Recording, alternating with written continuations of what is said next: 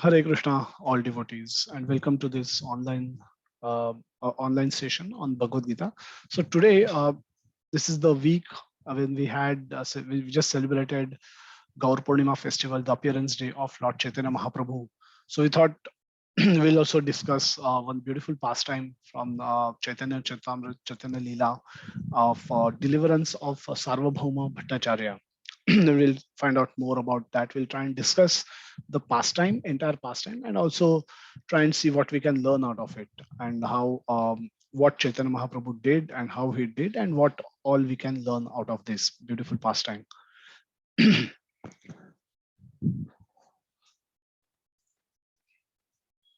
Okay, so before that, for many of us, must be attending many classes on Chaitanya Mahaprabhu, or of late have attended a lot of classes this week, prior week.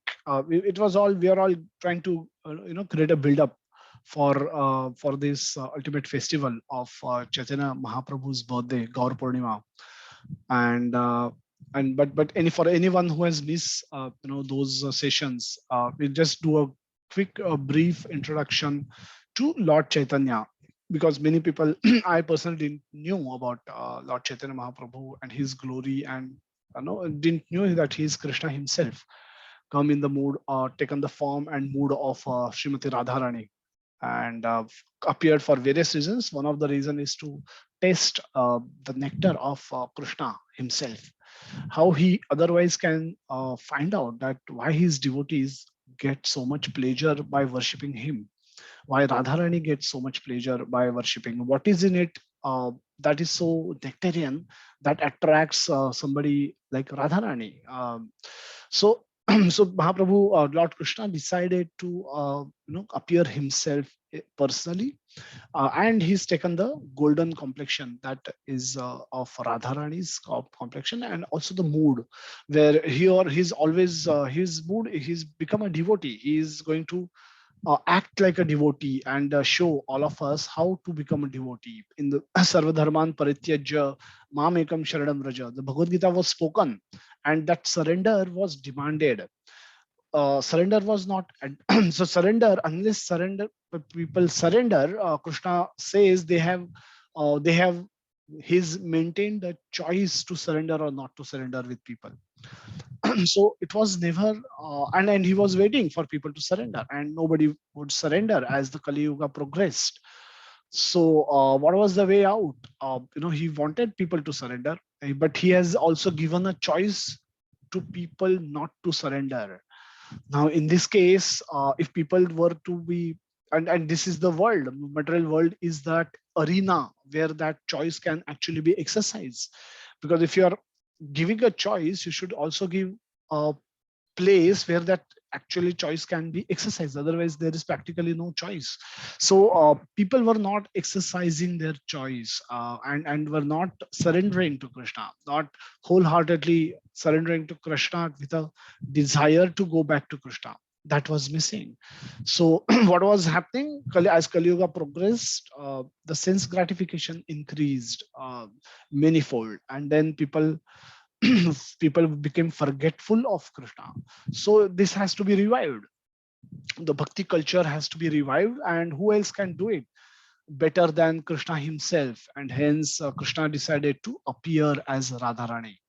In the mood as Chaitanya Mahaprabhu, who has complexion of Radharani and mood of Radharani, who is always longing to see Krishna, longing to meet Krishna, longing for Krishna, love in separation that Radharani experienced throughout the Krishna Lila pastime.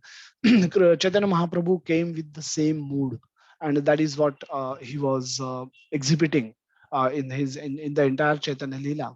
So he was named as Vishwambhara Nimai Pandit. He was born under a neem tree in Sridham, Mayapur, which is in Nadia district in the state of West Bengal, as we know today. And after renunciation, he was given a name, Sri Chaitanya, uh, and then Chaitanya Mahaprabhu became his famous. He became famous as Lord Chaitanya Mahaprabhu, Sri Chaitanya Mahaprabhu, after his renunciation. Renunciation is acceptance of sannyasa order. So he appeared with his associates. They together were famous, became famous as Panchatattva. And this included Lord Chaitanya Mahaprabhu himself, who is Krishna. Then there is Nityananda Prabhu, who was Balram. And the Advaita Acharya, who is also a Vishnu Tattva, Gadadhar Pandit, who was incarnation of Radharani, and Shivas Thakur. Shivas Thakur was like a Narad Muni, taken appearance of Shivas Thakur. All of them are Nitya associates of expansions of Lord. Some of them are expansions of Lord, and some of them are Nitya Parshads of Lord. And they all appeared in the the Sridham Mayapur, and then they performed their leelas.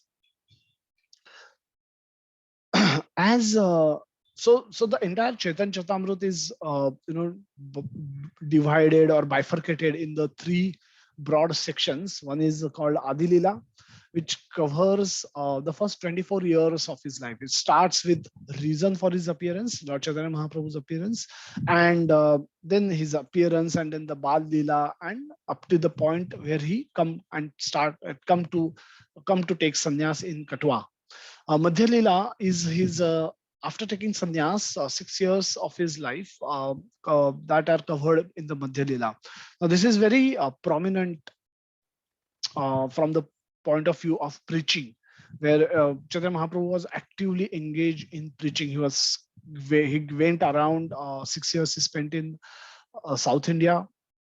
So these out of 18 years, and then he was actively preaching. He was actively one of the incidents that we will see today is also his preaching mission, which became extremely successful. And his first preaching mission outside Navadvip, that is conversion of preaching to Sarvabhauma Bhattacharya. And Antalila covers another last 18 years of his life, where this period was primarily spent in Jagannath Puri, discussing Krishna Katha with his very, very intimate, close associates. So he would come out during Ratha Yatras, and also, but was not always propagating or very actively, very aggressively engaged in preaching. He was not doing all that. So he was discussing Krishna Katha with his close associates and getting absorbed in remembrance of Krishna and showing all kind of symptoms of ecstasy as while doing that.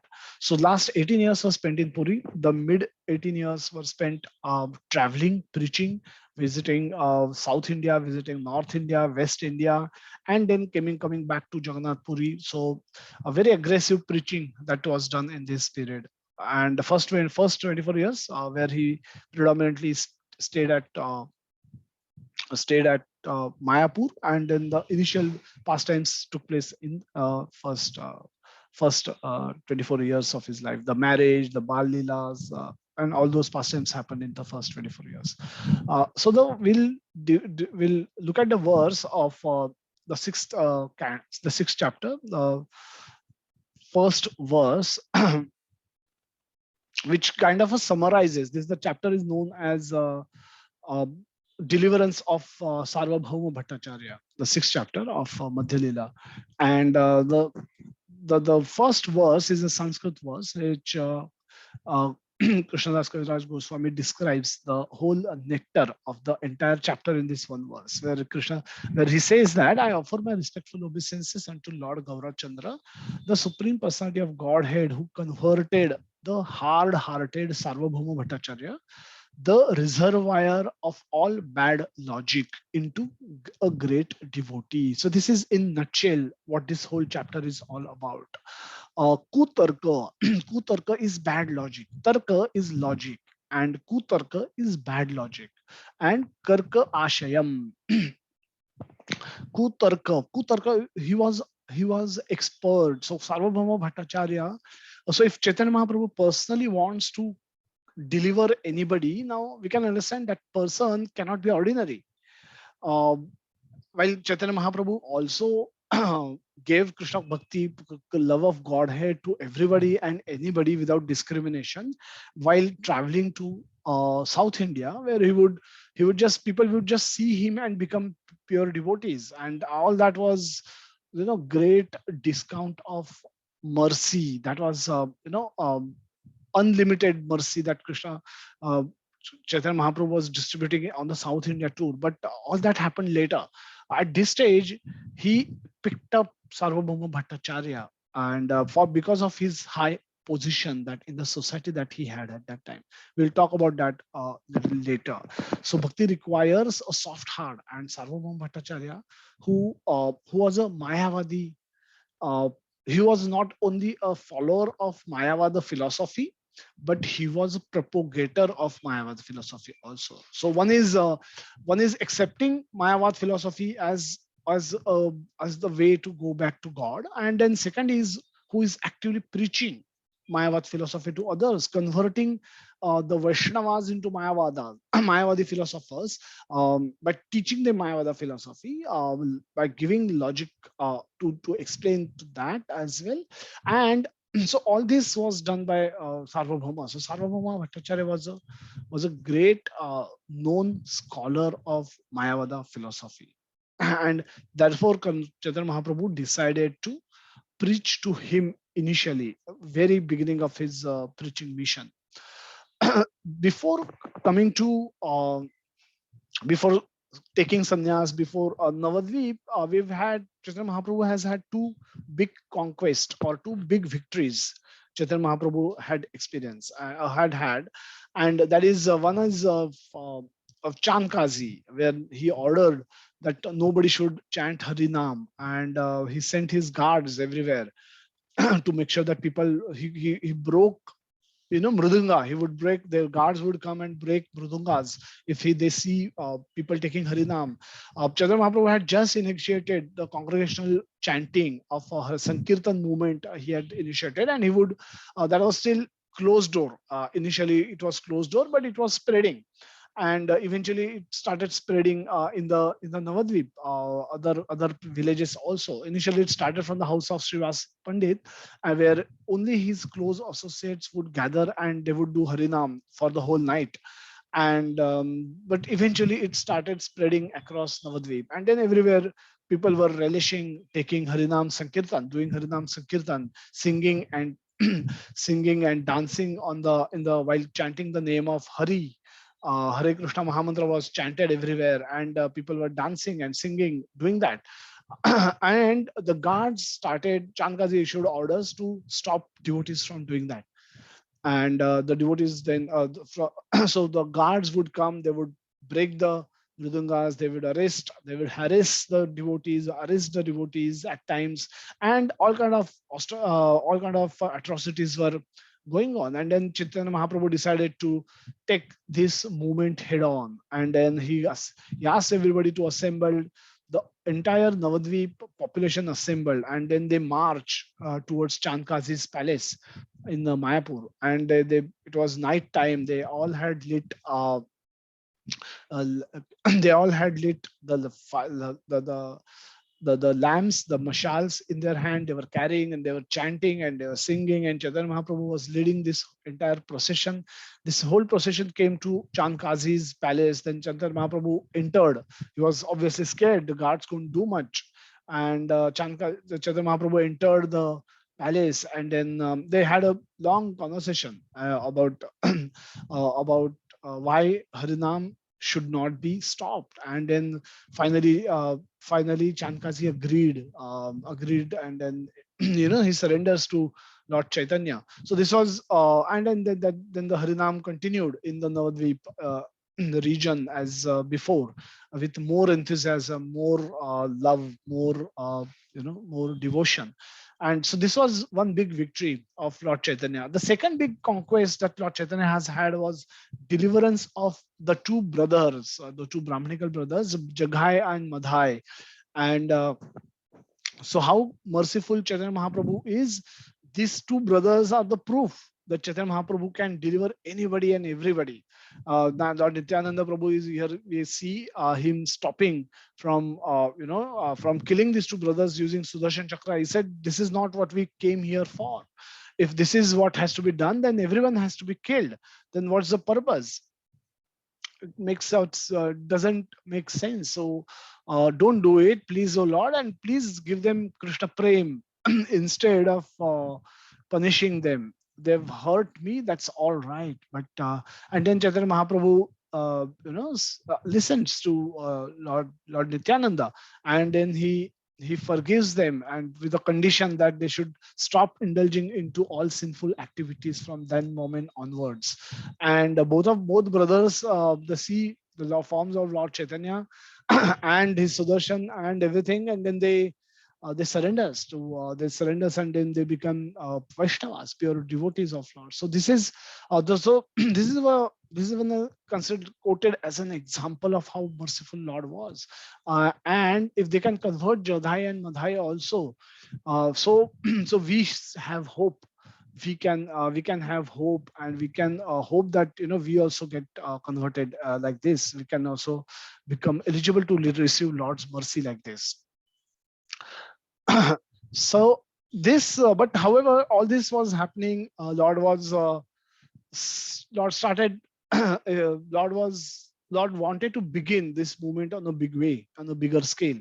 So asking devotees to chant, go door to door and make people chant Hare Krishna Mahamantra was all right, but it was not it was this would not have taken this would have taken long time for the movement to spread. So Lord had to do something more. Lord had to do something special, and for that, Lord thought that if he stays in Mayapur, people will anyway develop envy towards him. People, he was expert, he was famous as Nimai Pandit, he was a scholar, Sanskrit scholar. He has also defeated Keshav Kashmiri Pandit prior. So he was famous, as well known as a Sanskrit scholar. But beyond that, he beyond that his acceptance was not there. People were not accepting him as Krishna himself. People didn't knew he was Krishna himself, and when he would cry chanting Hare Krishna Mahamantra, people would think what has happened to him. He's Why is he suddenly, he's a Sanskrit grammar teacher, why he's supposed to be behave like this?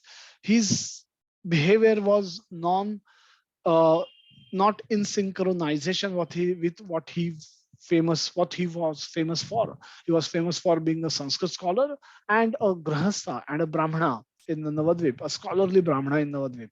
But why would he cry while chanting Harinam?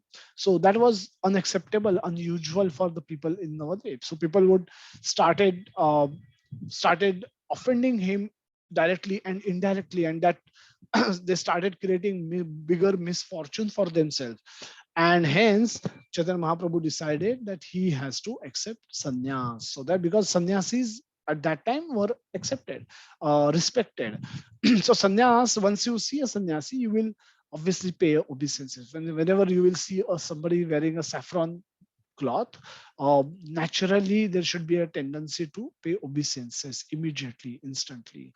And so sannyasis command respect and from the society. Now also that culture exists in India. 500 years ago, definitely that culture was very much existed. And hence Chaitanya Mahaprabhu decided that he will take sannyas. So the Lord decided to trick the ones. So people were generally 500 years ago, everybody was aware of their duty towards the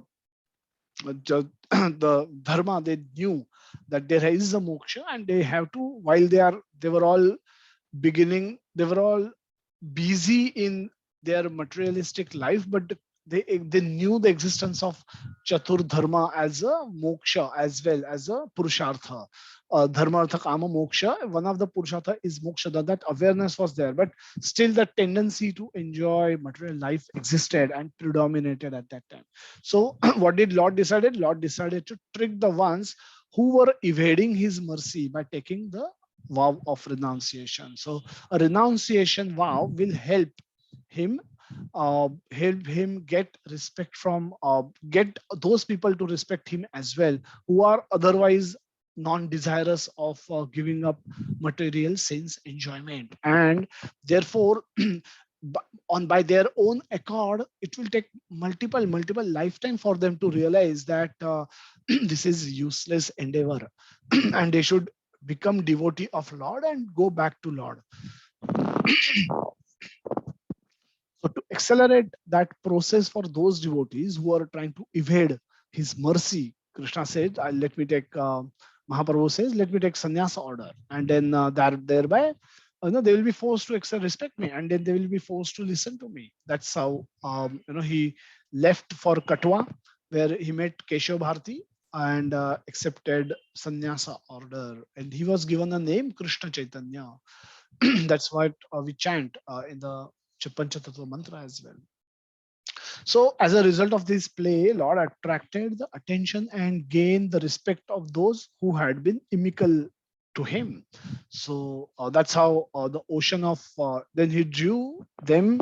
Thus, he drew them all into the ocean of love of Krishna, and they too join in the congregational glorification of the Lord's divine names, diving and surfing in an ocean of transcendental bliss.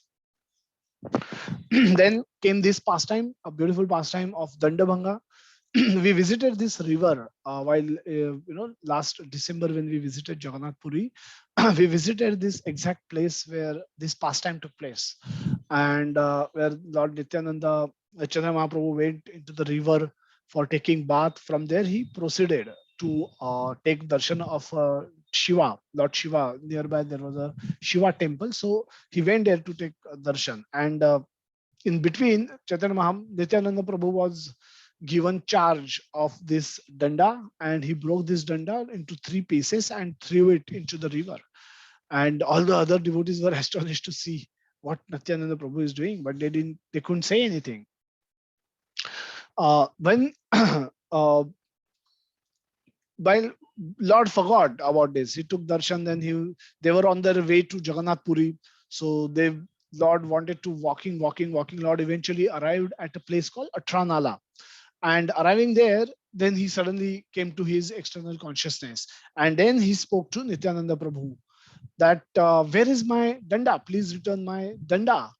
And Nityananda Prabhu has already broken that and thrown it into the river. So he didn't have danda with him. So he said, the sannyas danda was my only possession. Please return it to me. And then to that, reply to that, Nityananda Prabhu is saying that, oh Lord, you are dancing in ecstasy. I caught you, but both of us fell together upon this danda, and then danda broke because of our weight. And I don't know where the pieces have gone. Obviously, lie. And Nityananda will find out why this pastime is taking place, and where the climax of this pastime take us to. And then and he obviously expresses that desire that, please give me please punish me if I have I'm not you interested this danda with me. आपने इसकी responsibility दी थी मुझे, but I failed to perform my duty. Whatever you told me, I couldn't do it, and hence you punish me as you may think proper. After hearing this about Lord displayed a bit of anger and began to speak. Lord Chaitanya Mahaprabhu said, you have all benefited me by bringing to Nilachala. However, my only possession was that one staff, which you have not kept it. So now all of you, that's fine. Whatever has happened. But from now, this point onwards, all of you and I cannot go together. Okay, they all came. 4 of them came. Chaitanya Mahaprabhu, Nityananda Prabhu, Mukunda Datta, and other devotees. They came together. They were traveling from Navadvip to Jagannath Puri. But then he says, and the Atranala is at the border of Jagannath Puri. You can see, after some while, you can see the chakra, the temple chakra also you can see from there almost. And then, so Chaitanya Mahaprabhu now says that all of you should go before or behind me to see Lord Jagannatha. Jagannath temple, Jagannath Puri tak to aa gaye hai. Atranala is almost at the border. So now the Lord Jagannath's temple is visible. So now Chaitanya Mahaprabhu wants to create a rift between the two, between the group. So बोले ये मैं अकेला जाऊंगा और आपको मेरे साथ आने की जरूरत नहीं है. So either you go before me, or I go and then you come from behind me. One of the two options that he gave to both of them. Then Mukunda Datta obviously say, Lord, how can we go before you? So you allow us to follow. We are happy following you. And you go, walk ahead, and we will start following you. Then Chaitanya Mahaprabhu says yes, and then seeing Chakra, he paid obeisances multiple times and started proceeding towards the Jagannath Puri temple to see Lord Jagannath. Now, before we move and see what happens there, let's understand who Sarvabhauma Bhattacharya was and what is his glory, why he was picked up by Lord Chaitanya to preach Krishna consciousness philosophy. Uh, and So Sarvabhauma was one of the great Vedic scholars of 16th century India and was appointed to the court of King of Orissa, Maharaj Prataprudra. He was very close to Prataprudra. Prataprudra was almost dependent uh, on advice that would be given by Sarvabhauma. He was very, very close to king. So anybody who is close to the ruling king cannot be an ordinary person. His wisdom was well known. He was a he was known to the Brahmanas, the scholars of even Varanasi and all over India. His glories were there. So he was one of the best scholars, one of the greatest scholars of his time of Vedic philosophy. Now, and plus he was so much influential, and he was so close to king that king used to almost depend on his advice to take important decisions. Sarvabhauma Bhattacharya was also in charge of, he was also looking after overall in charge of the Jagannath Puri temple administration. And so for Sarvabhauma Bhattacharya, God has, what kind of a philosophy that he followed? He was a Mayavadi scholar. Now we'll take a moment to describe what Mayavad is, and but Bhattacharya derived his philosophical knowledge by logical hypothesis. So the he was kutarka. That is what it has been described in the first verse. Kutarka is bad logic. Now, Sarvabhauma Bhattacharya's philosophy was based on logic. Now, but the logic couldn't with logic he couldn't understand what is translogical. Whatever is transcendental to the logic, that is all what he could not understood, and hence his philosophy, though he used to see the deities, Mayavadi philosophers do deity worship. However, they consider deity to be a tool in order to go to raise their consciousness beyond deity worship, beyond the deity. And that's what their understanding of Mayavad is. And that's where um, deities don't really mean a lot to them. Ultimately, they will say that they have to go beyond deity, because deities will also limit a supreme Lord, a supreme God, but no, God has unlimited power, so you cannot limit him in a deity. So their hypothesis, their example is, the reasoning is that everything is created, so there must be a higher power that has created this world. But that great power cannot be a person, because persons have limited power. So their understanding of a person is just like all of us. So a lot of people play cricket, but Sachin Tendulkar is the greatest of all cricketers. And but his records could also be broken. So he says even if he's greatest, he still has limitations, and he can be done. Somebody can do better than him, and that means he is not all powerful. So God is all powerful. God cannot be beaten by anybody. So now that's cannot. So that then hence their philosophy says that there cannot be a person. God cannot be a person. So they forget to understand that Krishna is a transcendental person. Krishna is also a person, but he is not a person who has taken form, Manushim Tanuma Shrutam, as Bhagavad Gita describes, that he had to take form of a physical body in order to fulfill his desires. He is Sachid Ananda Vigraha. So his body is entirely made up of knowledge, bliss, and eternal in nature. And then he has all the potencies, he has all the qualities and all the energies. So so he's all powerful, he's all knowledgeable, and he is all He's present everywhere while he's present in his dham also. Now this is a fundamental difference that a Mayavadi philosopher and a Vaishnava philosophers always have, and these arguments they always carry. So Sarvabhauma was not only the one who was propagate who used to propagate this, who used to teach this philosophy to everyone, and that's why Chaitanya Mahaprabhu's selection of Sarvabhauma Bhattacharya for this particular mission was so important. What did Lord did?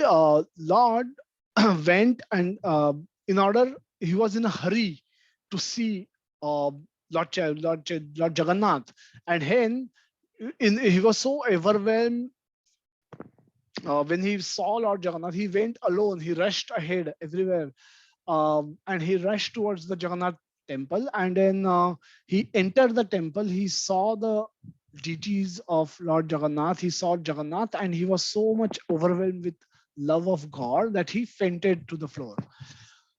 Now, this is again doesn't happen much, or people don't have this kind of a mood. And Sahajiyas can demonstrate that they are fainting because just by seeing Lord, but that's not, but that's cheating. Genuinely having this kind of a mood is not possible in today's world, because people are generally contaminated. Everyone is contaminated, and hence when we see Lord, when we see Lord Jagannath, we see a Lord in any temple when we visit, we may get some symptoms of ecstasy, that, or by seeing beautiful form of Lord, we may sometimes feel our eyes are watering and the throat is choking. You're just forgetting yourself. You don't know what's where we are standing, whether it's morning, evening, or afternoon. So sometimes those glimpses may come. The spiritual ecstasy, glimpses of spiritual ecstasy may come by Lord's mercy, that too. But that's not kind of a permanent state that which we can always live in, because of our contamination. We cannot experience that kind of a spiritual joy within ourselves whenever we take darshan of Lord. But Chaitanya Mahaprabhu had that mood. So, and when you experience something like that, um, so when you're you've been longing, your separated from Lord Jagannath, you see wanted to see Lord Jagannath's, and finally comes that moment when you actually go in front of Lord Jagannath, and you just get overwhelmed by emotions. All the emotions just erupts into your heart, and it chokes your heart in such a way that you can faint. And there are examples fainting of fainting in multiple times. It appears in the Chaitanya Charitamrita for sure, and but it appears even in the Ramayana, when Bharat Maharaj goes to a forest to convince Lord Ram to bring him back. And there is a beautiful pastime that when the two brothers meet, and then they exchange, they start talking, discussing, and then he informs that what happened in back in Ayodhya after Lord Ramchandra left. And so when Bharat describes that how Dashrath Maharaj left his body, Lord Ram couldn't bear. He couldn't. It was unbearable for him, and he faints. And then when he was brought back into the external consciousness, and he offered water for his departed father. So this is so this is very this is so this is the state that can be achieved. And however, this can be copied also externally. Cheating, somebody can cheat also, trying to show that they are at this level. But this is something. These are the stars. This is the and no, we can all aspire to become pure devotees, and then all these some of these symptoms can get manifested with us as well. So Mahaprabhu fell down, and Sarvabhauma Bhattacharya happened to be there at that point of time, and the watchmen's rushed to pick him up and start, maybe throw him out of the temple, or they didn't understood much what's happening. But Sarvabhauma Bhattacharya noticed something different with this person. And so he was obviously wearing a sannyas dress. So as a Sarvabhauma was a grahastha, and as a grahastha, you are supposed to worship and respect a sannyasi, anybody who is wearing saffron cloth. So he had natural respect coming from that culture. He had natural respect and affection for this sannyasi, young sannyasi, 24-year-old sannyasi, a beautiful looking sannyasi, as good looking as Lord Chaitanya. So personal beauty, he was astonished to see his personal beauty, and all the transcendental bodily symptoms that were appearing in the on the body of Lord Chaitanya. He was astonished to see all of that. Though he was unconscious, he asked the guards, watchmen, to lift, and some of his disciples to carry him to his home. uh, then, because he understood something, that these kind of symptoms are not easy to be manifested to an ordinary person. So let me find out more who this person is. Now, at this point of time, Lord Chaitanya was famous in Navadvip, but outside Navadvip, people have heard of his name and some of his pastimes, but most of them have not even seen him. So when he came alone in the Lord Jagannath's temple. Nobody recognized him. And since he was not associated with his paraphernalia, or Nityananda Prabhu or Kunda Datta, who otherwise were famous, more famous than in this region than Lord himself, because Lord has never stepped out of Navadvip. So so this so since he came alone, he could meet Sarvabhauma Bhattacharya, and he could allow Sarvabhauma to render some service to him. He could allow service to be rendered, because uh, Tadvidi pranipatena pariprashnena sevaya. Before we receive anybody's mercy, we need to render some service to him. And this opportunity could get created because Mahaprabhu came alone, and Mahaprabhu didn't knew him, neither Sarvabhauma knew him. So indirectly, unknowingly, Sarvabhauma actually rendered service to at the feet of Lord Chaitanya, and that pleased Lord Chaitanya a lot. So examining, so now Sarvabhauma Bhattacharya took Lord to his home, and then he started examining him, and then he was astonished to see the bodily symptoms that were appearing in the body of Lord Chaitanya Mahaprabhu. So he also took a test whether he's breathing or not, because seeing his condition, he was doubtful whether he's still breathing. And then he took a piece of cotton to and took it closer to his nose just to see if it's moving. And sitting besides Mahaprabhu, he thought, this is transcendental ecstatic transformation brought about by love of Krishna. Just by seeing Krishna, how can you how anybody can otherwise develop and demonstrate so many symptoms of love. Sudipta Satvika. Sarvabhauma Bhattacharya, this is the sign of Sudipta Satvika. So there are different types of ecstasies that we can experience. And so he could immediately understand, Sarvabhauma being a scholar, being a Vedic scholar, he could understand what's happening. And but he was astonished that this kind of a transformation of body of Lord Chaitanya Mahaprabhu, such a sign take place only in the bodies of eternally liberated devotees. Now he knew this. This is not something that can be copied. This is not something that is ordinary. This is not something which is cheap. This can only be demonstrated by extremely, extremely, extremely uh, souls, eternally liberated soul, extremely rare devotees. And hence uh, he was wondering, this is very wonderful. How are they possible in a body of a human being? How such symptoms of aniruddha bhav, which is again he describes as appearing in the body of Chaitanya Mahaprabhu. He says, how can such symptoms appear in the body of a human being? By the time Nityananda Prabhu and Mukunda Datta and everybody, Jagadananda Pandit, they all followed, and they reached Jagannath temple, and then they started, this became news. This became a big news, because Puri was today now also it's a very small place, small temple, a small place, and then also it was very small, and this became talk of the town. Everybody started talking about this event that one sannyasi, young sannyasi, beautiful sannyasi, Chaitanya Mahaprabhu was very tall, and obviously, so nobody could miss him seeing. And the moment he saw Chakra, the moment he entered the temple, the moment he saw Lord Jagannath, he started crying. He started got becoming overwhelmed by emotions, and finally he faints. And then he was carried. And Sarvabhauma Bhattacharya was again a famous man, somebody who was very close to king, and he decided to take this person to his home. That means even this person also must be very important. So it became a talk of the town, and then his associates Nityananda Prabhu and Mukunda, they all understood what has happened, and this is the Lord, and they immediately wanted to come and see Lord. They came to they came to the house of Bhattacharya, and he greets them. He greets them properly.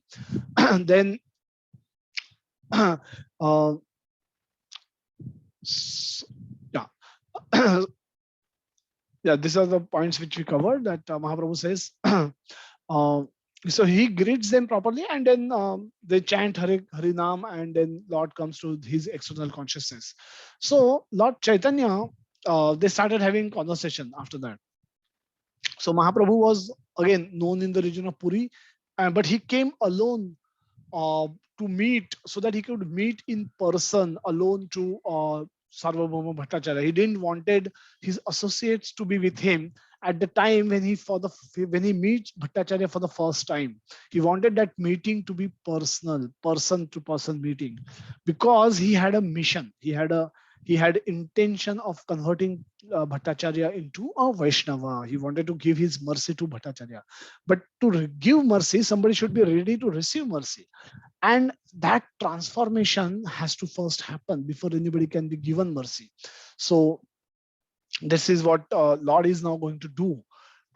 As a grahastha, Bhattacharya rendered service to Krishna, rendered service to Lord Chaitanya, and Mahaprabhu then says that he reveals what is the purpose of him coming to Jagannath Puri, and he says, "I have come here just for taking your association.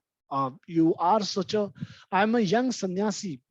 He says, "I am a young sannyasi. I'm just 24 years old, and I don't know what the duties of sannyas ashram are, and hence I thought you are the best teacher. Where I can find best teacher other than you?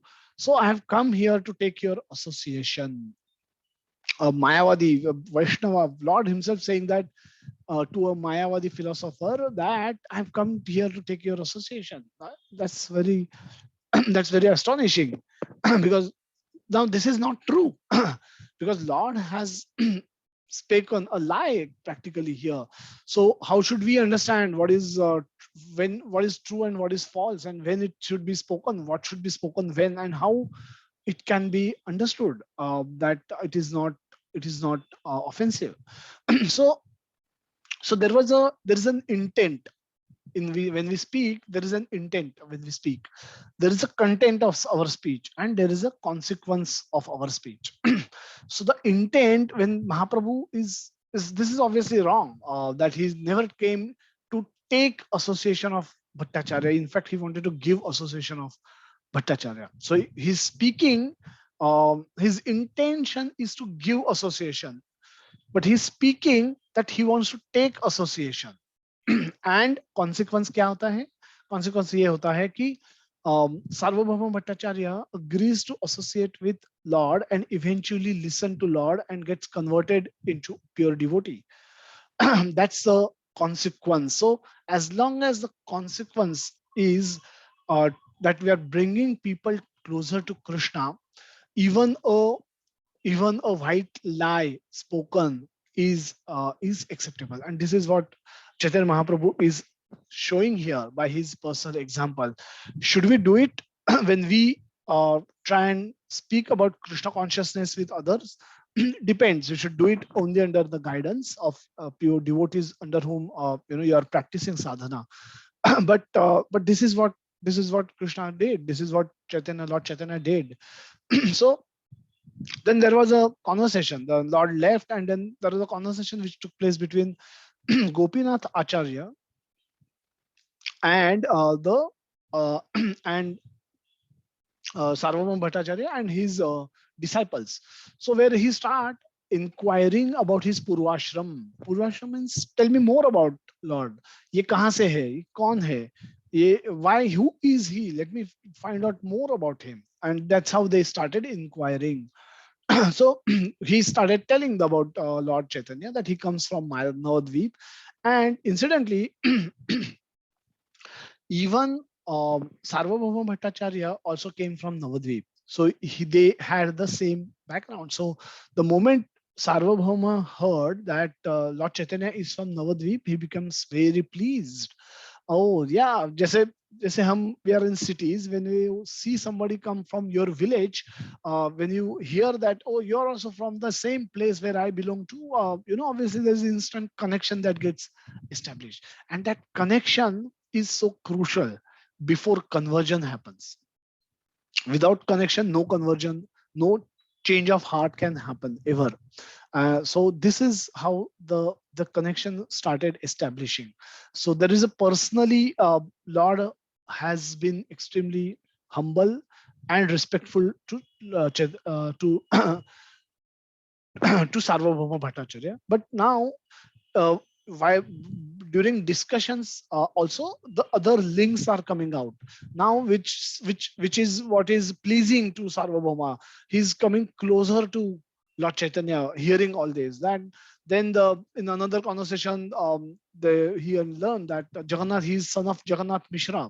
Now Jagannath Mishra is the one who was Sarvabhauma's classmate. So he was like his uncle. Your father's classmate, when he meets you in some other city, he's for him you're like his son, and you for you he's like your elder. He's like uncle, he's like kaka, he's like a very respectable elderly person, just like your father. And hence this is where the second link, another connection came up. Now Mahaprabhu later says that this is what he arranged, that that Mahaprabhu says that I have taken sannyas at the age of 24, but I don't know the duties of a sannyasi. So Sarvabhauma then inquire more about his sannyas ashram. In sannyas also there are ashrams. Within sannyas ashrams there are higher sannyas ashrams and lower sannyas ashrams. And so Sarvabhauma was worried about Lord. Then he is saying, at such a young age you have become a sannyasi. How will you be able to fulfill the vows of sannyas? They are so strict. The brahmacharya itself is so strict. You are just 24-year-old. So you need, if required, I can. And also you have taken sannyas from a Puri sampradaya, which is considered to be lower sampradaya. So I can arrange for you to get sannyas from a higher sampradaya also. So this is the conversation that's going on. And then Gopinath Acharya becomes upset. Now he's pure devotee of Lord. He's the eternal associate of Lord. So devotees of Lord cannot understand blaspheming of Lord. Now he understands Chaitanya Mahaprabhu is none other than Krishna. So Krishna does not need sannyas. Krishna does not need anybody to come and teach him anything because he knows everything. So hearing this conversation, Gopinath Acharya becomes upset. And then he starts arguing on behalf of Lord. That he is, do you know who he is? What are you talking? You're trying to say that you will give him sannyas, arrange to give him sannyas from higher order. So who can give him sannyas? He is Lord Krishna himself. But he says, then there is conversation that starts between him and disciples of Sarvabhauma, saying that there is big argument that happens, that where it is stated that the Shastras that Chaitanya Mahaprabhu is going to appear, and then there is a long conversation happens, and then Sarvabhauma Gopinath Acharya says something very very beautiful, that Anumana Pramana Nahe Ishwara Tattva Jane Krupa vina Ishware kahe nahi jane. 6.82. Gopinath Acharya has continued saying that one can understand the Supreme Personality of Godhead only by His mercy, not by guesswork or hypothesis. Anuman pramane nahi Ishwara Tattva jane. You cannot understand Ishwara Tattva by Anuman praman, by logic, by tarka. Nobody can understand Krishna. Vina Krishna Prasade. Krupa Vina Ishware. The same Ishwara has to bestow His mercy upon you so that you can actually understand Him, His true nature, Him Tattva, Him. You can understand Him in Tattva. So that Krupa has to happen. By your own logic, you can only turn towards Krishna. You cannot get Krishna. You cannot achieve Krishna. The Bhagavad Gita 10th chapter 10th verse, Krishna says that Dadami buddhi yogam tvam ye namam upayantite. That if you love me, if you worship me with love, priti purvakam bhajatam priti purvakam, then I will do my part. I will give you intelligence by which you can understand me, and thereby you can come to me. So Gopinath Acharya is giving all those references, and he also cites a verse from Brahma Sammohan Leela, where Brahma says that everything, oh Lord, is happening right in front of my eyes. I'm witnessing everything, but I can't understand that this is Leela because you have not given your mercy to me. The whole pastime where he stole the cowherd boys and cows and hid them in a cave, and here Lord is manifesting himself in the same forms. He's taking form of a cowherd boy and a cow and a calf, and then that's been going on for 1 year. And he said, it all happened in front of me. You are there right in front of me, but because I did not had your krupa, I did not had your mercy, I couldn't understood anything. And that's where again Gopinath Acharya is saying that because you don't have his mercy, you're not able to understand him. So so this is where then Sarvabhauma Bhattacharya also questioned him that what is the proof that you received his mercy? Okay, I have not received his mercy, I understand that, but how I should have? So Sarvabhauma is again, his mood is that he's accepting that him to be a Lord Chaitanya to be a great devotee or a great personality, but still he's not accepted him as great supreme personality of Godhead himself. So as Krishna himself. So that is something he is not ready to accept, and he will not accept so that easily. So in this entire conversation, Mahaprabhu was not there, and later on he comes back also. So entire conversation, entire episode, Mahaprabhu remains very humble and submissive, and he's saying, he's in fact saying something which is very astonishing. He's saying, the the whatever Sarvabhauma is saying must be true. So let's not argue with him. Let me accept whatever he's saying. Let me do what he say. Let me take his association. Let me take his mercy. That's what I have come here for. And he continued repeating this. That's how humble he remains, and that's how he creates inroads into the heart of Sarvabhauma. So he entered into the heart of Sarvabhauma by his own personal conduct also. So there are external reasons why there was a connection of same native place. His father being classmate of Sarvabhauma, by his physical appearance, and while he was fainted, he could manifest so much symptoms of love of Godhead, love of Krishna. That itself was also persuasive to Sarvabhauma that he's a great soul, and by his own personal conduct, he created inroads into the hard heart of Sarvabhauma, and then he decided to take next step. So they decided that a duty of a what is the duty of a sannyasi? What a sannyasi should do? He said a sannyasi should indulge himself, engross himself into discussing the Vedanta philosophy, the Brahma Sutra, and that's what a sannyasi is supposed to do. He's not supposed to do anything else. Then Chaitanya Mahaprabhu says, then please teach me. Tell me about this more Vedanta Sutra philosophy. And then they entered Jagannath Puri temple one day, and there they sat together, and Bhattacharya started explaining Vedanta Sutra philosophy to Lord Chaitanya Mahaprabhu. A sannyasi, he is a sannyasi, he is a grahastha. So Lord still sits on a higher asana and very respectful. Both are showing culturally, both are extremely respectful towards each other in each other's dealings.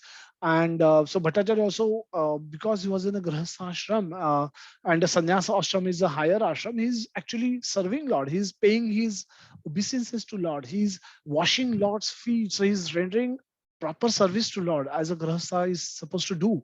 And Mahaprabhu also allows him to do that, so that that is a mode of purification, that is a mode of melting one's heart, so that devotion can manifest. Devotion is ultimately an emotion, and that to manifest you need a soft heart.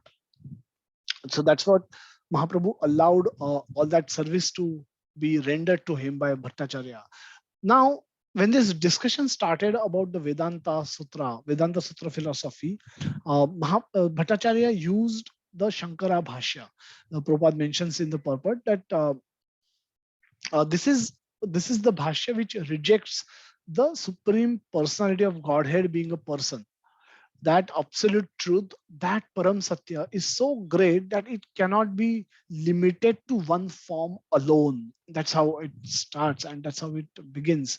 Then, so Bhattacharya was speaking this philosophy for 7 days. On the eighth day, and Chaitanya Mahaprabhu was continuously listening without any, without even acknowledging that he's understanding anything, or without showing any glimpses of his rejection of the philosophy or disagreement, rejection. None of it was shown.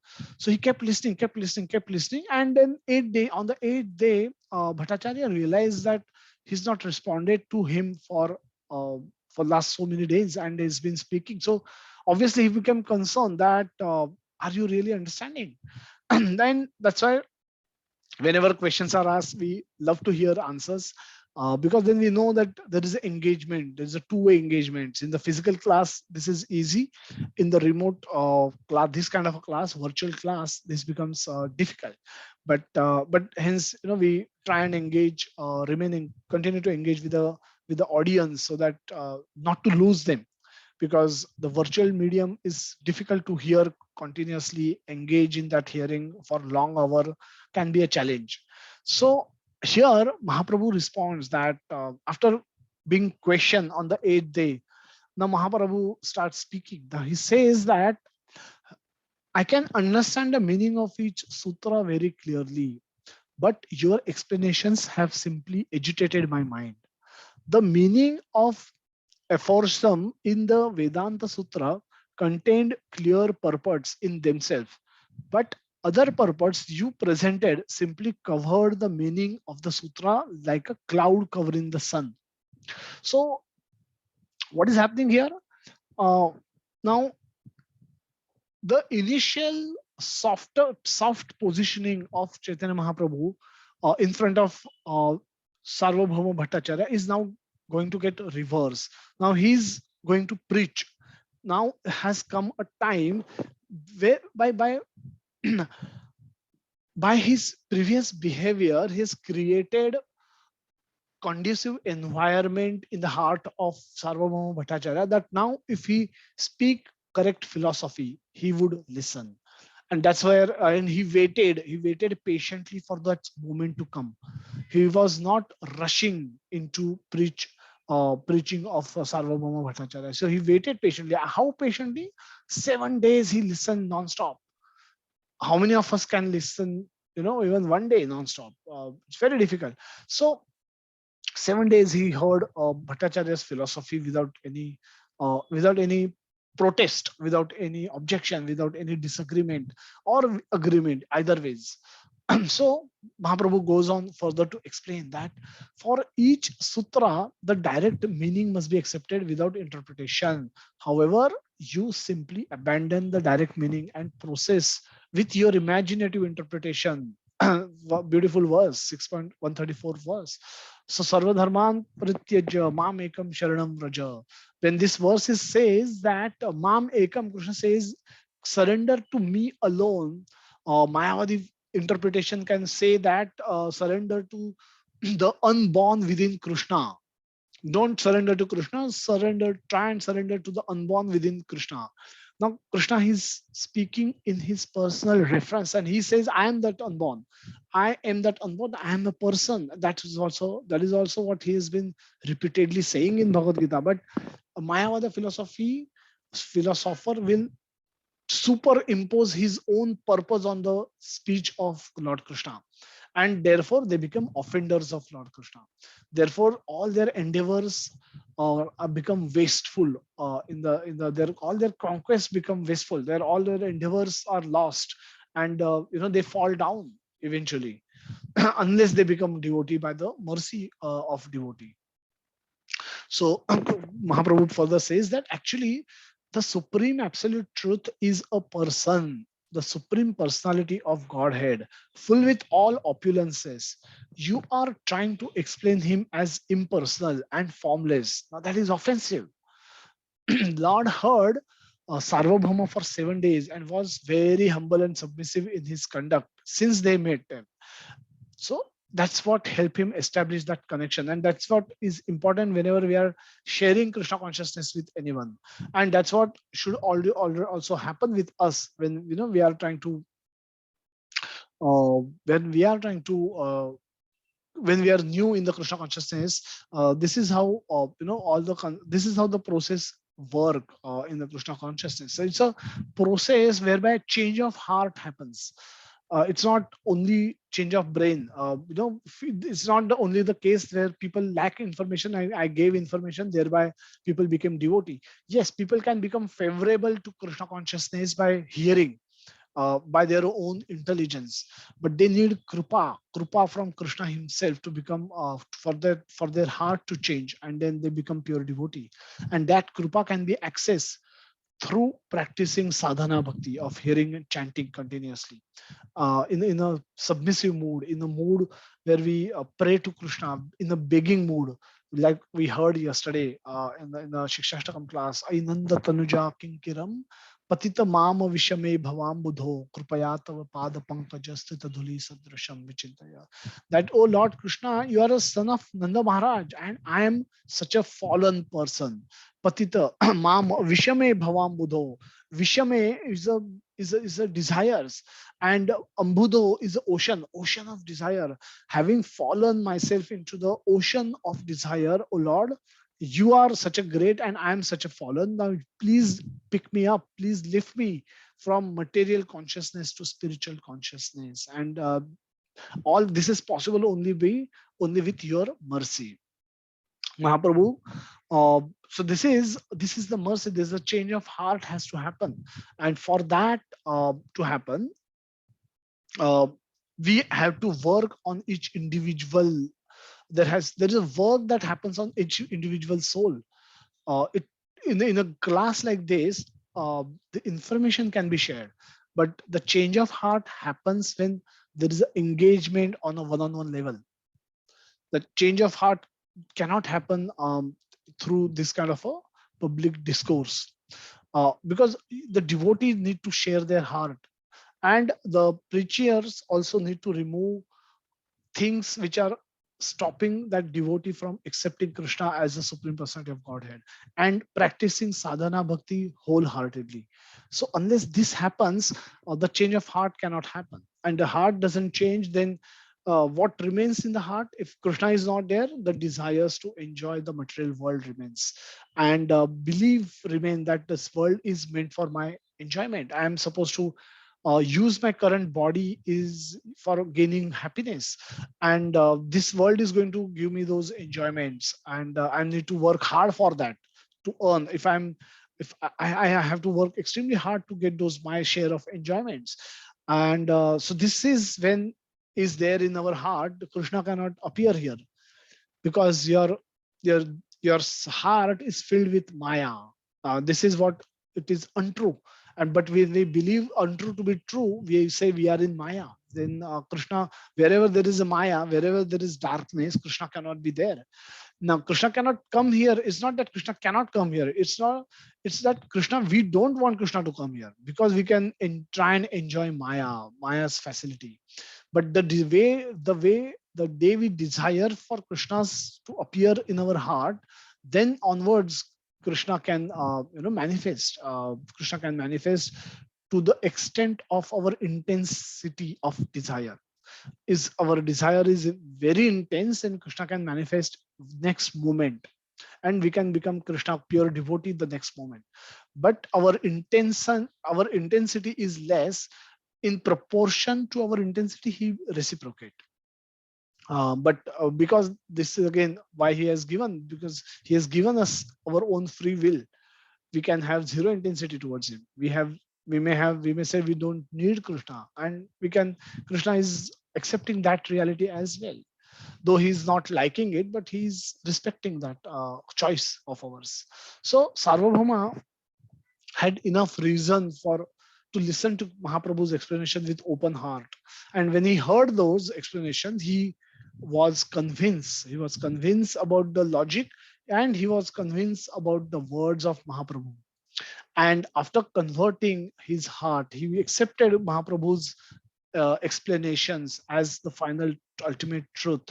Then Mahaprabhu showed him his sixth hand form, and Sarvabhauma fell at his feet, fully surrendered.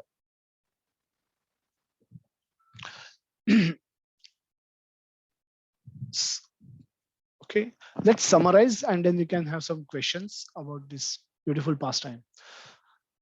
So objective for us to be in Krishna consciousness, and objective for us to share Krishna consciousness with others is to help people, help all the souls come closer to Krishna.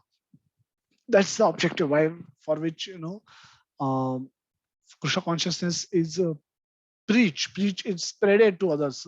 That's the reason why we have big festivals where we invite as many people as possible.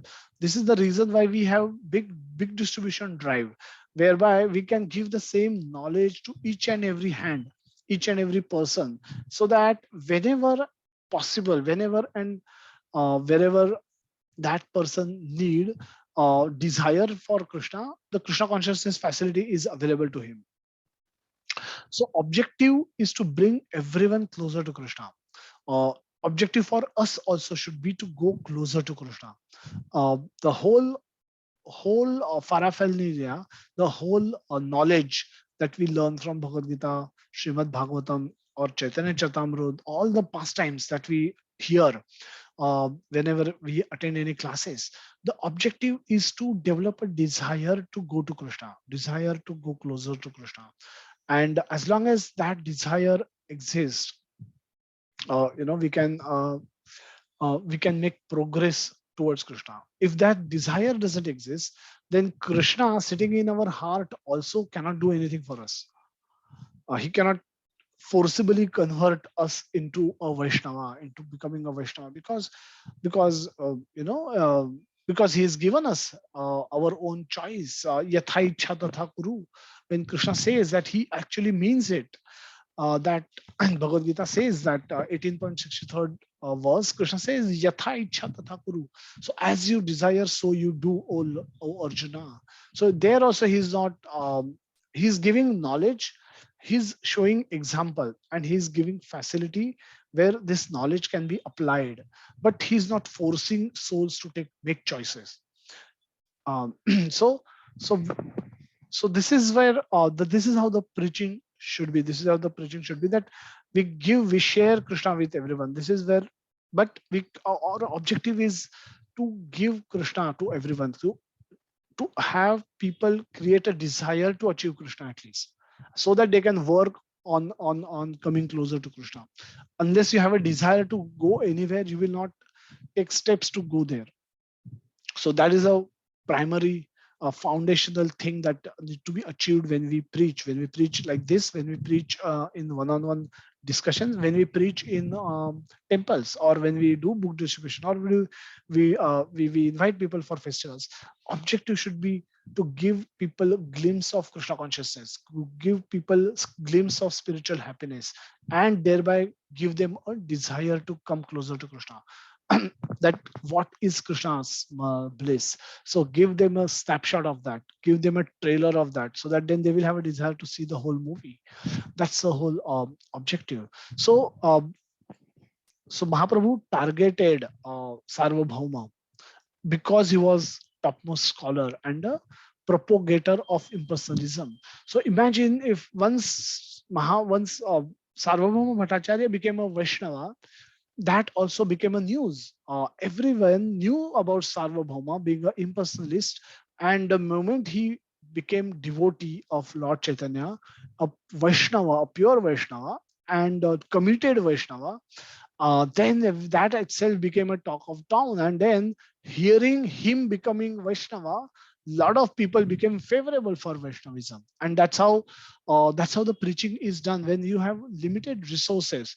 Often, preaching is done at the top of the pyramid. Like Krishna says in 4th chapter that the Rajarshis, this knowledge was given to Rajarshis. But eventually in the course of time, this was lost. Now, why Rajarshis are given this knowledge, this secret knowledge, this supreme knowledge of Bhagavad Gita? Because seeing them practice, all their subjects would start practicing. They yad yad acharati shreshthas, as the shreshthas behave, others follow, and hence it becomes very necessary for us to target the people at the higher end of the society. If they become devotees, if they get convinced about the philosophy, if they start practicing sadhana bhakti, everybody else at the bottom or the below them, they will accept Krishna consciousness. They'll find it very difficult to reject Krishna consciousness philosophy. And that's what happened. Sarvabhauma Bhattacharya not only became devotee, he started propagating Vaishnavism. He started spreading Lord Chaitanya's glories also later, and that they become a preacher himself. And he was instrumental in Lord giving his mercy to Maharaj Prataprudra. He also another pastime, he accepted prasad even though he had not taken bath. So for a Brahmanical culture, that's there are rules and regulations how you can eat. Now this is not definitely a way to eat when after getting up from bed, immediately when prasad is offered, you eat, because that's against the Brahmanical culture, and cleanliness is without cleanliness.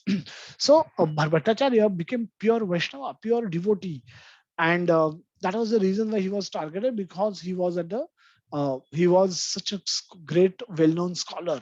Uh, Again, Mahaprabhu demonstrated a different strategy to preach to Bhattacharya, where he to start with, he was extremely patient, he was extremely humble, extremely simple, extremely, he took a subordinate position against compared to him, even though he is Lord himself. And he did that deliberately. It was a strategy that was being played. So Lord could have done everything miraculously also. However, he sometimes act miraculously, but most of the time he will act normally. And that's why his leelas are hidden at many times. They are not able to be known. Only those who understand Lord, they can know this leela. So Lord will conceal his position and then perform the pastime. So but he performed pastime by using strategy. And what was the strategy? That to work patiently on the Bhattacharya, work, remain humble, remain subordinate to him, and enter into his heart, melt his hard heart, which is become hardened because of the philosophy, Vedanta philosophy, impersonal philosophy that he's been studying. Now to soften that heart to can take time, And so Lord was aware of that aspect, and then he waited patiently for that moment to come where he could, his heart was open, and then his heart became softer. Lord preached him, Lord gave him knowledge about the correct philosophy. He's corrected his misconception. So often when we share Krishna consciousness, it's not about somebody being wrong, we being wrong and other being right.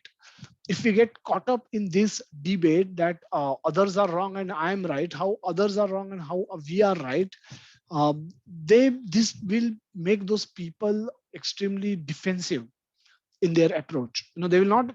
Nobody likes to be told that they are wrong, and whatever the sadhana practice they are doing is incorrect. So the correct way that we learn from this pastime is to, that is shown by Mahaprabhu, is that show them, appreciate them for what they are, and show them what is better, show them what is higher, show them what is superior.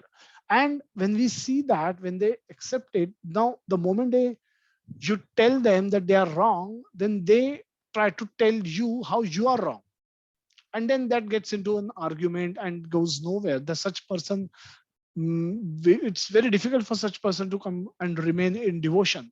However, anybody whoever is practicing whatever level of spirituality in their life, they're doing it for some basic sukruti that they possess, so that sukruti can be respected. Every living entity has Krishna inside him. So Krishna in his heart can be respected. So there are so many reasons why we need to be good with people whom we meet during our preaching endeavors, during our uh, preaching times, and take those connection, establish some link, establish some connection, some connect, and then from there onward you extrapolate. There onwards you show them what is better, accept what they have and show them what is better. If a child is crawling on the ground, after few years that child is going to learn to stand and start walk and start run and jump also. However, if that child continues to, even though they are at the age where they should be running, they continues to crawl, uh, then we have to show them what can be better than crawling. Better than crawling is standing, better than standing is walking, and even better than walking is running. So something like that. So this progression, once one achieved, then one will not go. Once you start running, you will not feel like crawling again. But at one stage, crawling was considered to be your development. When your baby start crawling, we consider that baby is growing, and we become extremely happy for that. But if a baby continues to crawl at the age of 18, you will not want it. You will want that baby to run and walk and jump, do all kind of things at the age of 18. So the same baby cannot, the parents won't become happy if the baby try to go to college crawling. That's not is intended. So when you get higher, enjoyment, you are then easily able to, you don't need to go back to the lower levels. And but for them, it is our, it is important for them to see the what is there higher also. And that's how that's what Chaitanya Mahaprabhu gave him higher knowledge. And when he was given higher knowledge, uh, and he could get easily convinced then how it is better than his knowledge also, that his knowledge was completely not redundant. But if the higher knowledge exists, he was open hearted enough to accept it. And that's how when he accepted the knowledge, he accepted Mahaprabhu's instructions. He took them to not only to his ear, to brain, and also to his heart. His heart changed and he became a pure devotee. So this can be done tactically, as shown by Lord Chaitanya himself. Then, so objective is again to change people's heart and bring them closer to Krishna. It's not to stamp your authority on people. It's not to tell people how you are more aware and how you are more knowledgeable and how you are what you are practicing is superior to what they are, others are inferior. When the moment we say we are superior, others become inferior, and then that can that can take people away from Krishna, that will take people away from devotees, that can take people away from movement, the preaching mission. So then again, it's again need to be done very sensitively. So this is what we've had to share, and thanks everyone for patient hearing, and we can take any questions that anybody may have.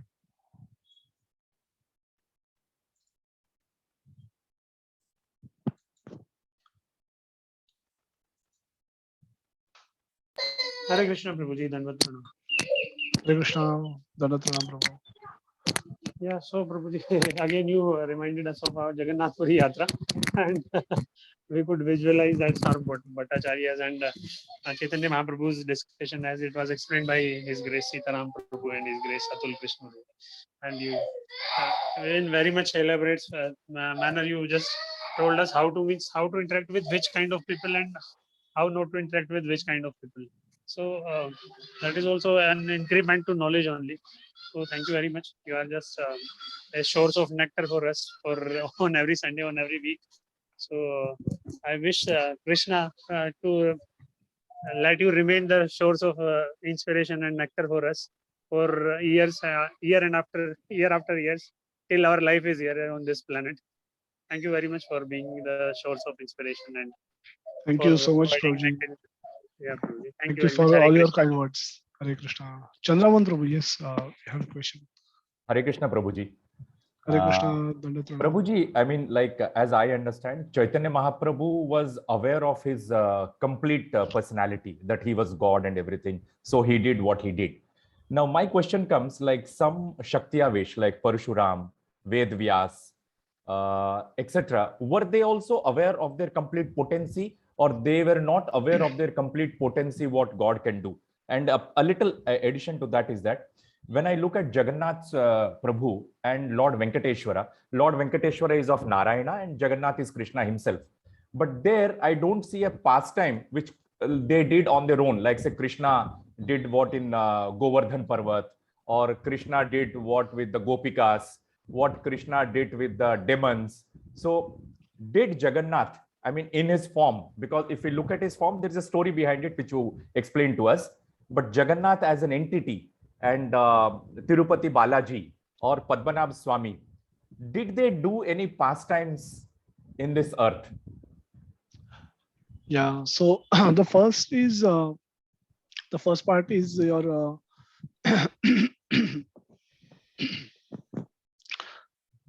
yeah, what was the first question that you had? Chaitanya Mahaprabhu, as I understand, Under Shaktavesh avatar. Okay. He was completely aware that he was Krishna and Radha, and he was doing what he was doing. Correct. So typically, Roji, if you see all avatars, even in Krishna Lila, yeah, at times you will see Krishna acting in the when he is acting in the pastime. At time he will manifest his at time he will conceal his divinity. Right. And when he wants, he will reveal his divinity. So in the Damodar Leela pastime also, we see that when he Yashoda Bhiyo Lukha Tadvava Manam. So he was crying in the fear of Mother Yashoda. Now he was genuinely crying at that time.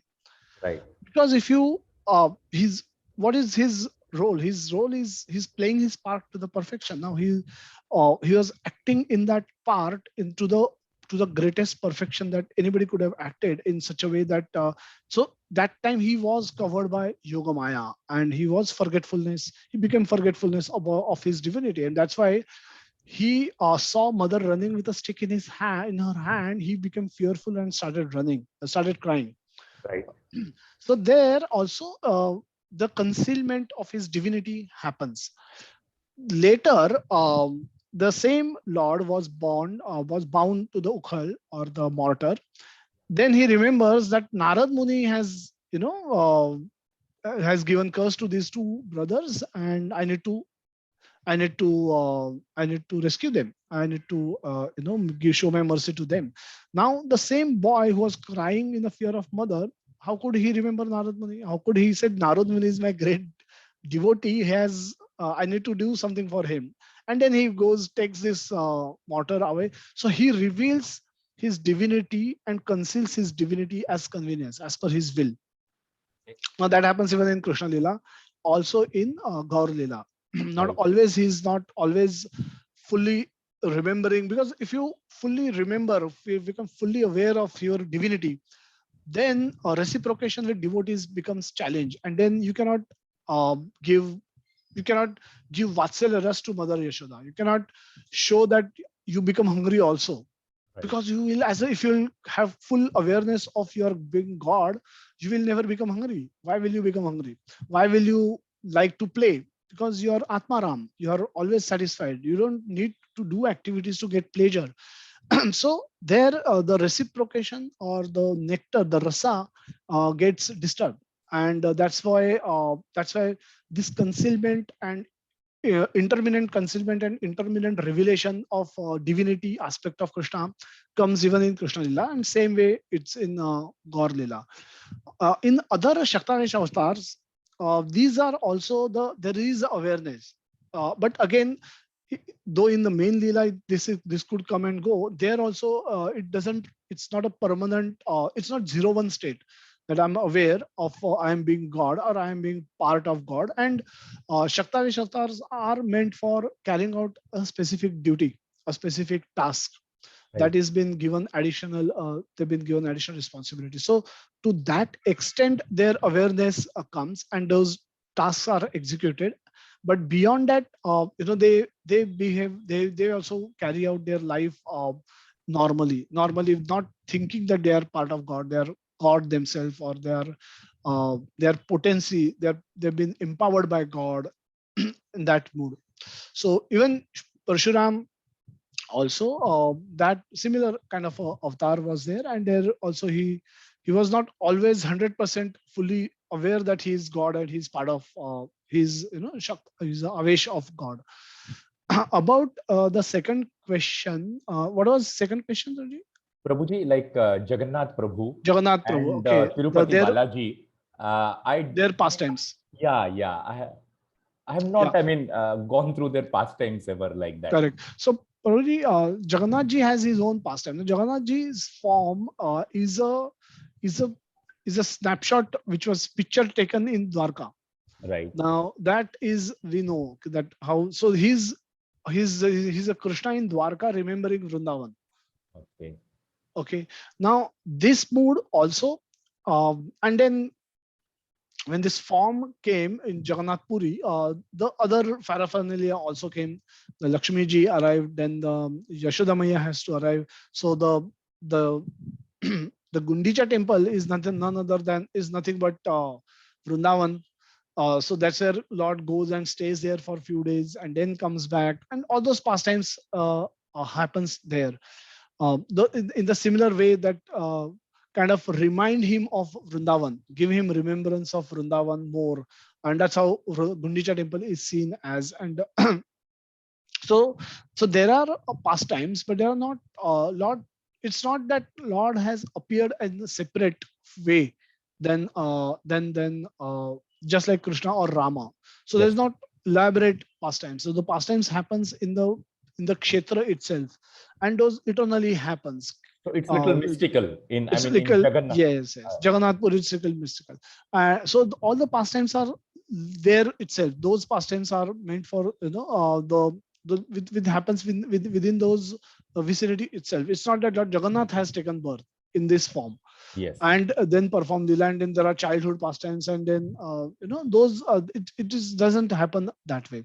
So it's Right. Lord Krishna himself remembering Vrindavan, and that is Lord Jagannath. And then Jagannath has small pastimes in terms of Ratha Yatra, then Gundicha temple, Gundicha Marjan, and all other nearby pastimes that happens. And same, I'm not fully aware about the South India, Balaji, Tirupati. Yeah. I've recently visited, and we've heard many pastimes of Lord there also. But again, Lord Venkateshwara, it's known as, and then there are many, the marriage which happens every day, Yeah. and so there are a number of pastimes which are there, which show which basically describes Lord and Lord's devotees, the exchanges with Lord's devotees in the similar way as they would be happening otherwise.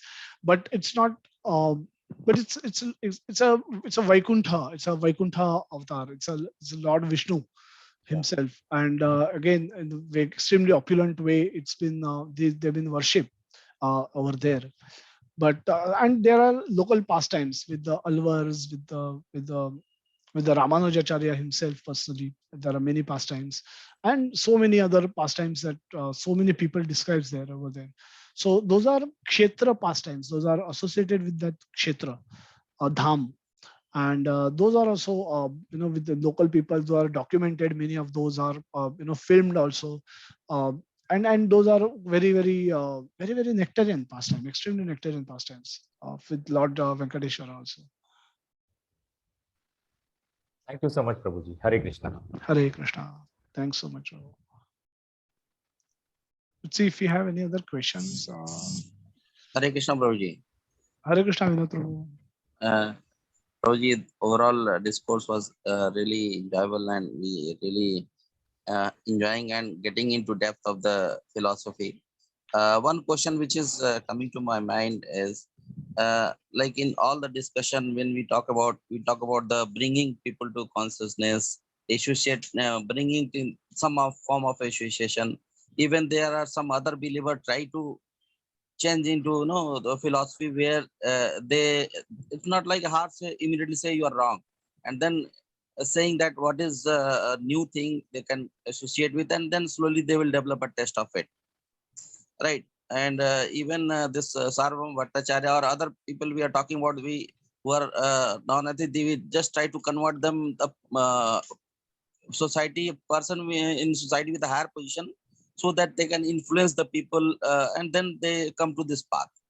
But if we see as a soul, then the purpose of one individual soul is to get association with the Supreme Personality, and it goes on its path in the direction to achieve that. So if we see the objective, is it not getting distorted, that rather than we as an individual proceeding and refining and purifying and going to the path, the focus is not shifting to bring everybody and create a crowd so that everybody can go. So is it not that if we are left halfway when we are proceeding towards achieving perfection or towards going to a direction and diverting our energy and proceeding halfway, that creating a mass and creating a volume to reach to that goal? So, Sure. so this is where I a little bit, confused too, because philosophy always talks about bringing the people, creating congregations, creating masses. Correct. So the question is, if we have to take up practice, why not practice personally and continue do that? Why there is a if we get why it may turn to be a distractor? It may turn out to be a distraction if we suddenly have to spread or give Krishna to others. Then working on that aspect of movement can distract and can even we may stop doing our own sadhana, and it can trip us from the path on which we are today convinced. So so the answer is, Raji, the way, so the objective is to develop love for Krishna. When you love somebody, you naturally want to do something for that person, for the person with whom to whom you love. And Krishna says in the Bhagavad Gita that anybody who spreads my glory is more dear to me. So when we love somebody, we want to become dear to somebody. We want to go closer to the person. And then we find out which are things which I can do, which can take me closer to that person to with whom I want to establish a relationship, a loving relationship. So Krishna says clearly in Bhagavad Gita that towards the end of Bhagavad Gita, after speaking the 65th, 66th verse, then he says that anyone who spreads my glories, anyone who help spreading my glories, nobody is more dear to me than that person. So anyone who remembers Krishna, so there are two aspects to it. One is Bahunam Janmanam Ante Gyanavan Mam Prapadyante Vasudevam Sarvamiti Sa Mahatma Sudurlabha. We need to we need to surrender to Krishna, consider Krishna to be the ultimate object of our worship. This is changing our own heart and our own disposition towards Krishna.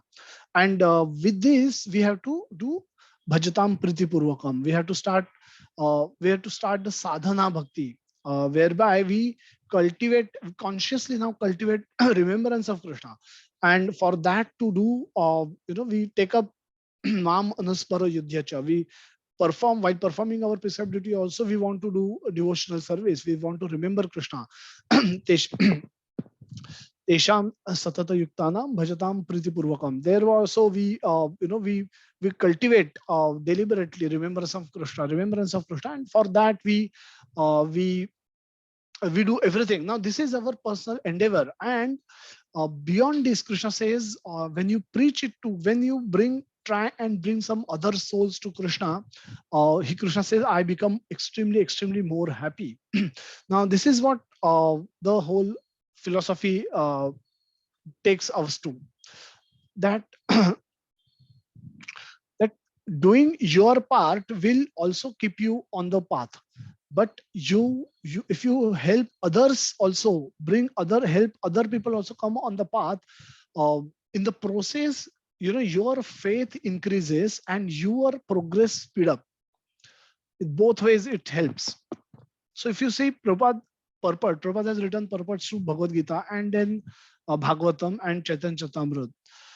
He said that my purports are my spiritual ecstasies, are my spiritual ecstasies.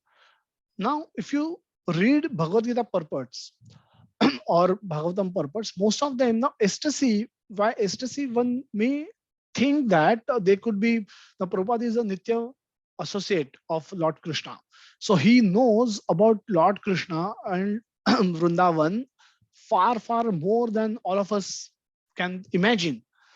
But what he's writing in his purport is nothing of that type. He's not talking about the leelas that are known to him alone, which have happened in the spiritual world, which he would have witnessed. He's not talking about that in the purport. So how his purport become his spiritual ecstasies? Because his purports are aimed at removing fundamental doubts of people. His purports appears to be very basic in nature, but they help remove fundamental doubts of people, and thereby one by one everybody can come closer to Krishna. So they help people come closer to Krishna. Reading Srila Prabhupada purports, one may not know exalted pastimes, hidden pastimes of Lord Krishna and Radha. That's not the ecstasy means. When Srila Prabhupada say ecstasy means he gets ecstasy when every person, one person at a time, comes closer to Krishna, take one step closer to Krishna. That gives Prabhupada ecstasy, and that gives Lord Krishna ecstasy. Seeing one soul coming closer to him, taking up Krishna consciousness, taking up chanting of Hare Krishna Mahamantra. When he see this happening, he experience ecstasy. And then imagine the amount of mercy that soul can receive when he's become instrumental in bringing another soul closer to Krishna. The Krishna become extremely pleased with such a soul who endeavors to do that. And so this is a special way by which we can, not only it help us becoming more convinced with our own knowledge, but it also help us attract special mercy from Vaishnavas and special mercy from Lord Krishna, so that our progress can accelerate. So this is a way, this is a reason why this is the only place where people become happy with others' success. So we want everybody to come closer to Krishna. We want everyone to take up Krishna consciousness. People's life changes, and that brings happiness to everyone. And so there's no jealousy, there's no competition, and everyone is walking on the same path towards Krishna, and everyone becomes happy in encouraging each other to walk to take that journey. This is where we encourage everybody also not only practice. That doesn't mean we should stop practicing ourselves. We should continue to practice, continue to hear, continue to chant, and if possible help others also do the same, so that they can also get a glimpse of mercy from Krishna. Thank you, Prabhuji. Thank you so much for nice explanation. Thank you so much. Thank you. Sudeep Prabhu, Hare you have a Krishna. question. Yeah, just a minute. Uh, Sudeep Prabhu is raised hand, so let's Yeah, hear. Prabhuji, Prabhuji, thank you, Prabhuji. A very nice session. So I have a question that Sarvabhauma Bhattacharya, he was a very well-known scholar of that time. Okay. Now, even after that, he had so much of misconceptions, and because he was termed also as a Mayavadi. Now, he was also a very respected person and coming from a very high background in the kingdom for worshipping in the Jagannath temple, or maybe he was one of the administrators in the Jagannath Puri temple. So I am a little bit confused that even being such a high scholar, how he was Mayavadi. So what was Mayavadi different from what the Vaishnavas is to practice? Sure. So, little deep subject. Let's try to explore this a little bit with an example. So, we heard about the example that after this conversation of with Sarvabhauma Bhattacharya, once Chaitanya Mahaprabhu went to Jagannath temple for Mangal Arati, and he got some Jagannath Prasad. While returning, he went straight to the house of Sarvabhauma Bhattacharya. And Sarvabhauma Bhattacharya, it was early morning hour. He had just gotten up and came out of his bed, and he saw Chaitanya Mahaprabhu there, and he went and paid obeisances. And then he has not even washed his mouth or done anything, neither taken bath, nothing.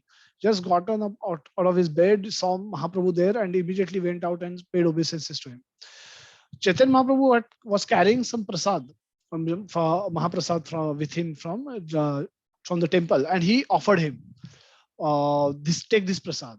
Then he took the prasad, chanted a mantra, and immediately honored the prasad. He ate.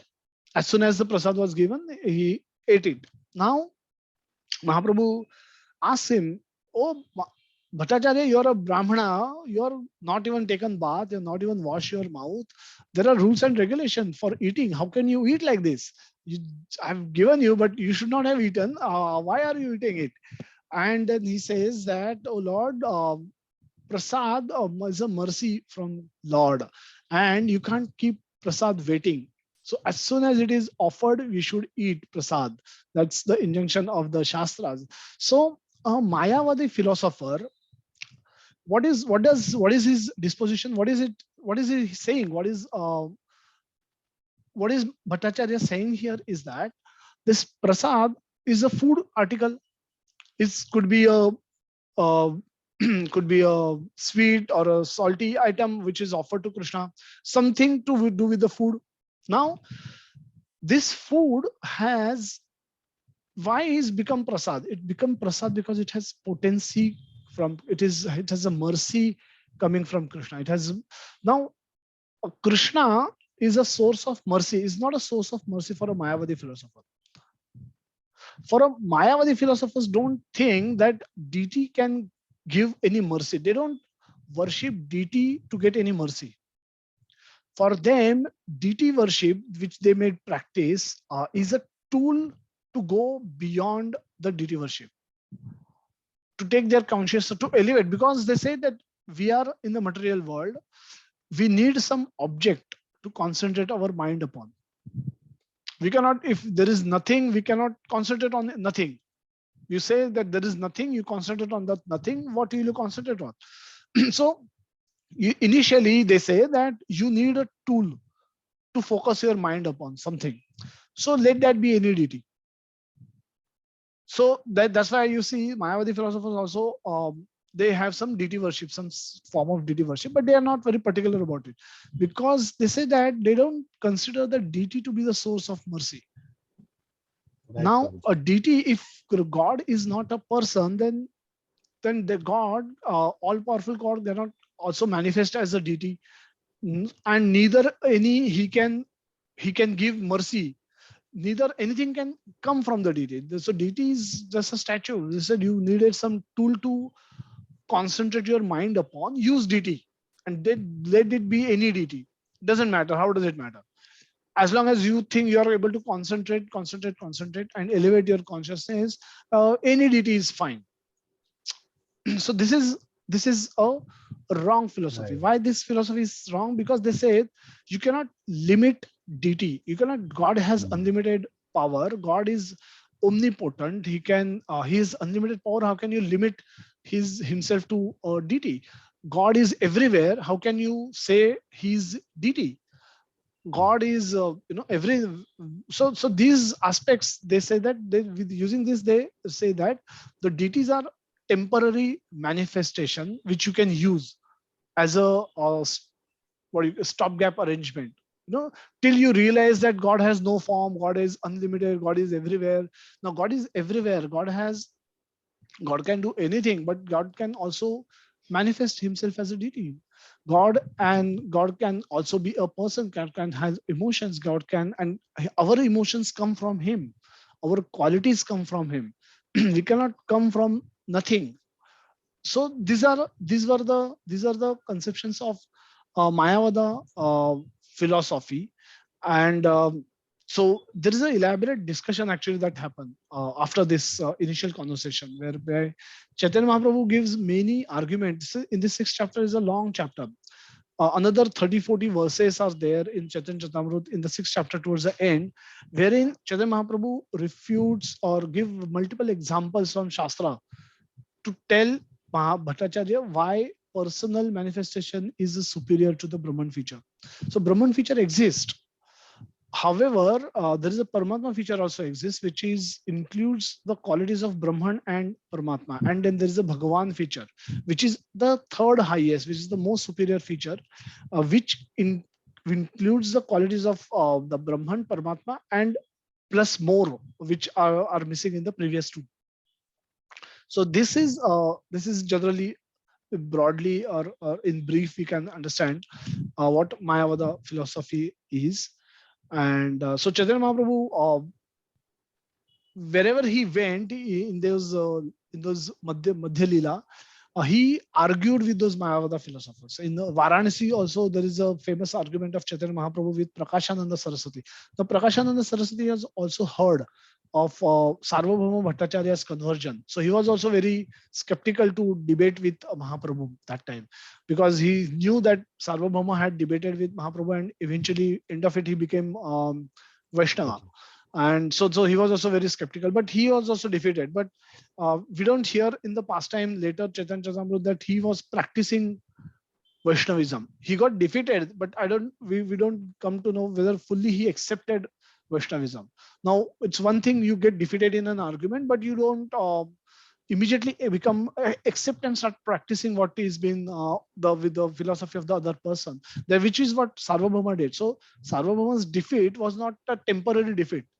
He became a practically devotee, and that's why a Mayavadi philosopher would not have eaten prasad, because he would have given 100 reasons. I'm a Brahmanical person. I'm not taken bath. Prasad also, I will eat prasad later, but doesn't matter. Prasad doesn't. It's a food. I'm not hungry. A Mayavadi philosopher can say that I'm not hungry. I'm not eating prasad. Now, prasad has to be honored at the moment it is offered, because it is mercy from Krishna. Now, for Mayavadi philosopher, that deity, nothing comes from deity. So he said, doesn't matter. I'll eat whenever I feel like eating. So this is where Mayavadi philosophers goes wrong, and Krishna deals with them very sternly in the 9th chapter of 10 and 11th verses, where it says that all their endeavors are lost, and they're very unfortunate. They lose their whatever they have gained, and they lead to them to a very unfortunate condition, unfortunate end. So that's very all their endeavors, all their austerities are lost because of this misconception, and because they became offensive to Lord. Having misconception is one part, but becoming offensive is another part, and then that creates a bigger spiritual misfortunes for themselves. Got that, Prabhuji. Thank you so much. Thank you, Prabhuji, for wonderful questions. So we'll end today's session, and